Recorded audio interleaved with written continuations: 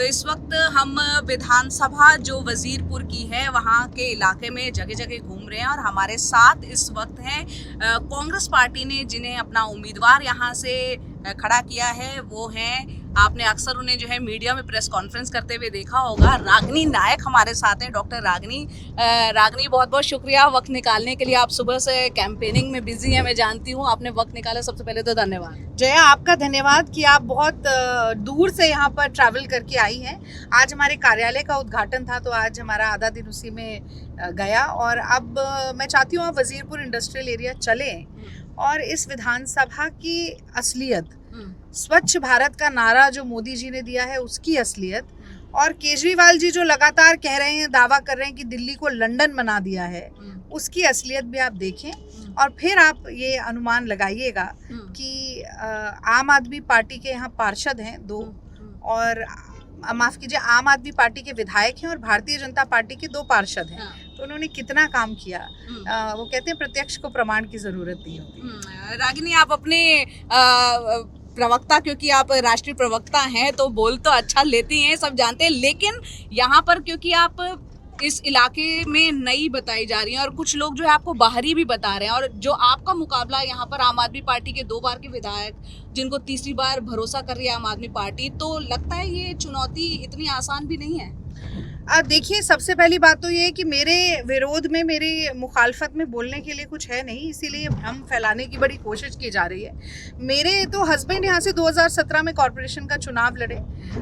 शादी के बाद से मैं इसी विधानसभा में रह रही हूँ, केशवपुरम B2 में, और अभी ज़रूर हम अशोक विहार में रहते हैं, IA ब्लॉक में, फेज़ 1 में, जो कि इसी विधानसभा का हिस्सा है। लेकिन हाँ, ये बात मैं ज़रूर मानती हूँ कि चूँकि मैं राष्ट्रीय प्रवक्ता हूँ और अभी तक मैं राष्ट्रीय राजनीति में ही ज़्यादा सक्रिय थी, तो चुनावी राजनीति मैंने व्यक्तिगत तौर पर इस क्षेत्र से नहीं की, पर वो कहते हैं कि हमारे यहाँ तो अर्धनारीश्वर, अर्धांगिनी को तो यही माना जाता है और अर्धनारीश्वर की पूजा की जाती है। तो अगर मेरे पति यहाँ से लड़े हैं तो हमने, ऐसा नहीं है कि ज़मीनें टटोली नहीं है। वजीरपुर इंडस्ट्रियल एरिया में इस वक्त हम मौजूद हैं और रागिनी नायक जो हैं वो हमारे साथ मौजूद हैं और वो इस पूरे इलाके का दौरा कर रहे हैं, क्योंकि अब बहुत कम वक्त बचा है। यहाँ पर लोगों से वो मुलाकात कर रहे हैं। रागिनी, यहाँ पर हम देख रहे हैं, ये तो इंडस्ट्रियल एरिया है, जो क्लस्टर्स की बात की जाती है, स्लम्स की बात की जाती है। एक वक्त में वोट बैंक हुआ करता था कांग्रेस का, उसके बाद जो है आम आदमी पार्टी ने उस पर अपनी मजबूत पकड़ बनाई और इस बार हम चुनावों में देख रहे हैं, चाहे बीजेपी हो चाहे आम आदमी पार्टी हो, उनके लिए कई वादे कर रहे हैं। तो मैं कह रही हूँ कि कार्यालय विधायक का आपके सामने अभी खुल रहा है, अभी तक बंद पड़ा हुआ था, उसका शॉट आपको लेना चाहिए। वो हम देख रहे हैं। तो आप जो है बैठने के लिए नहीं, बिल्कुल, आप ये बताइए कि उन पर उस तरह से बात करते हुए कांग्रेस क्यों नहीं दिख रही है?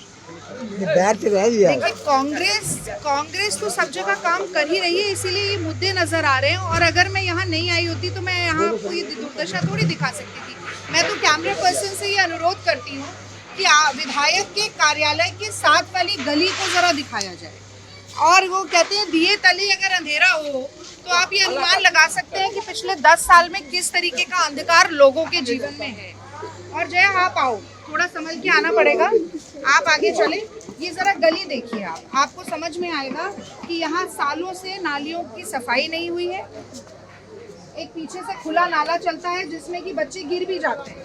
थोड़ा आपको संभल के आना पड़ेगा। ये नीचे देखिए, जो सरकार साफ पानी नहीं दे सकी, साफ हवा नहीं दे सकी, गंदगी से निजात नहीं दिला पाई, एक नरक जैसा जीवन लोगों को ये जीना पड़ रहा है। यहाँ के सीवर, जैसे ही बारिश होती है ना, ये पानी ऊपर तक आ जाता है, लोगों के घरों के अंदर ये गंदगी घुस जाती है।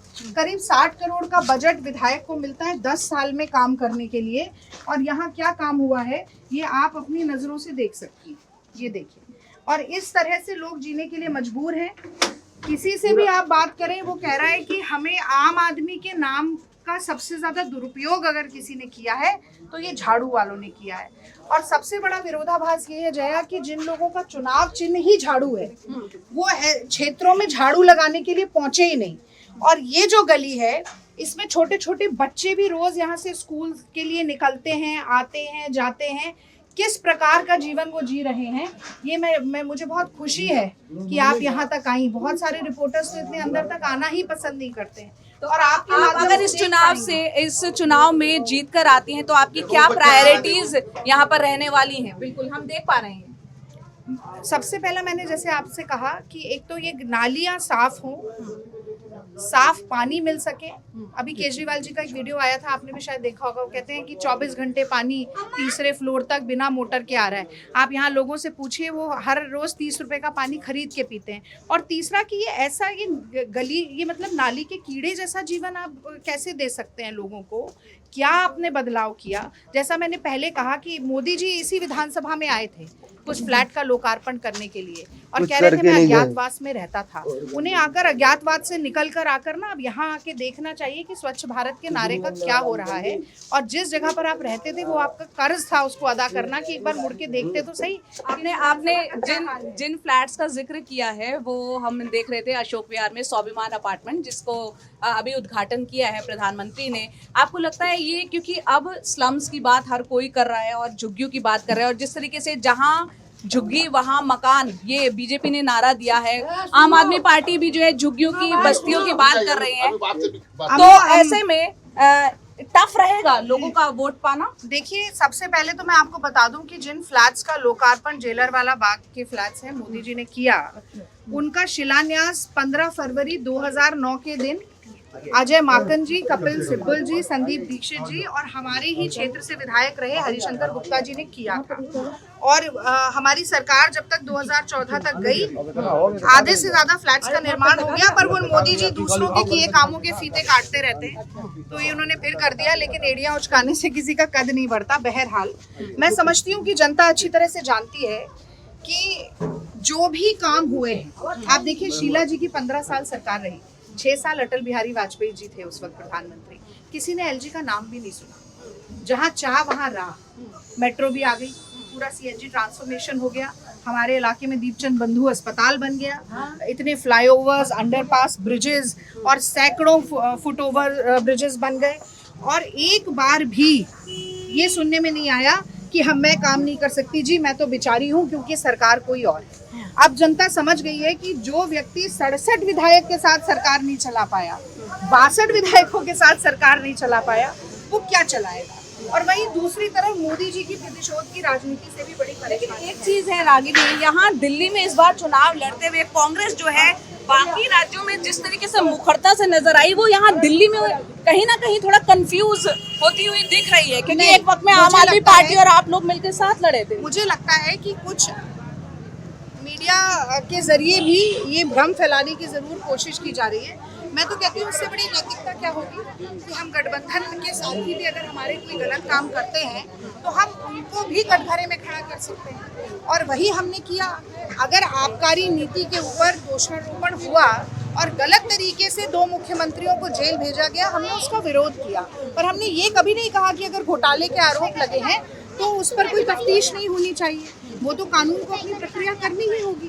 लेकिन समझने वाली बात यह है कि नूरा कुश्ती दिल्ली की जनता नहीं चाहती, ये सरपुटअव्वल नहीं चाहती, जिम्मेदारी चाहती है, जो ना बीजेपी लेना चाहती है और ना ही आम आदमी पार्टी, और अब एक ही विकल्प है, वो है कांग्रेस। अब ये फिर से जरा वीडियो बन रहा है, वो देख रहे हैं क्या कैसे जगह से हम चल के जा रहे हैं। तो देखिए, हम यहाँ पे लोगों को ये तस्वीरें भी दिखा देते हैं कि ये जो वजीरपुर का इंडस्ट्रियल एरिया है, आप यहाँ पर देख सकते हैं किस तरह से खुदाई चल रही है, पूरी सड़क पर कीचड़ ही कीचड़ मचा हुआ है। और यहाँ रागिनी नायक जो कि यहाँ पर कांग्रेस की उम्मीदवार हैं, वो निकली हैं, लोगों से मिल रही हैं और यहाँ का हाल हमें दिखाने की कोशिश कर रही हैं। उनके साथ हम इस विधानसभा क्षेत्र के अलग अलग इलाकों का दौरा कर रहे हैं। जी रागिनी, देखिए, इंदिरा जी ने ये बस्ती बसाई, उसको बनाने और संवारने का काम शीला जी ने, दीपचंद बंधु जी ने, मंगत राम जी का भी ये जो ब्लॉक है, ये मंगत राम जी के अंतर्गत भी आता था जब वो पहले डिलिमिटेशन से पहले, फिर हरिशंकर गुप्ता जी भी। तो लोग अब कह रहे हैं कि अगर कोई काम हुआ है तो वो केवल कांग्रेस के कार्यकाल में हुआ है और उसके बाद से दुर्गति ही चल रही है। और जैसा कि मैंने पहले ही आपको कहा कि हाथ में पहने हुए कंगन को आईने की ज़रूरत थोड़ी है, प्रत्यक्ष को प्रमाण की ज़रूरत नहीं है। मैं तो आपको दिखा रही हूँ। अमूमन क्या होता है कि चुनाव से पहले ना थोड़ा काम करा दिया जाता है, जैसे बरसाती मेंढक सिर्फ बरसात में ही टर्राते हैं, तो बड़ी घोषणाएं हो जाती है, काम हो जाता है। पर आप ये देखिए कि चुनाव से पहले भी यहाँ कोई काम नहीं हुआ। और जहाँ तक मैंने सुना है, यहाँ के विधायक आकर कहते हैं कि भाई इन लोगों ये लोग तो पैसा लेकर वोट करते हैं, तो इनका काम कराने की क्या जरूरत है। आप देखिएगा आम आदमी पार्टी इस विधानसभा से तीसरे नंबर पर रहेगी। और सबसे महत्वपूर्ण बात तो यह है कि भारतीय जनता पार्टी में यहाँ इतनी सिरपुटौल है कि वो कैंडिडेट ही नहीं डिसाइड कर। मुकाबला किसके बीच मान रही हैं आप? भाजपा और कांग्रेस के बीच में मुकाबला है, पर वो जब तक कैंडिडेट ही नहीं पता चलेगा, नहीं तो मैं आपको ये भी बता देती कि मैं लगभग कितने वोट से जीतूंगी। चलिए, रागिनी जो है अपनी जीत को लेकर काफी आश्वस्त हैं, और खैर हर उम्मीदवार को जो चुनाव मैदान में उतरा है तो होना भी चाहिए आश्वस्त।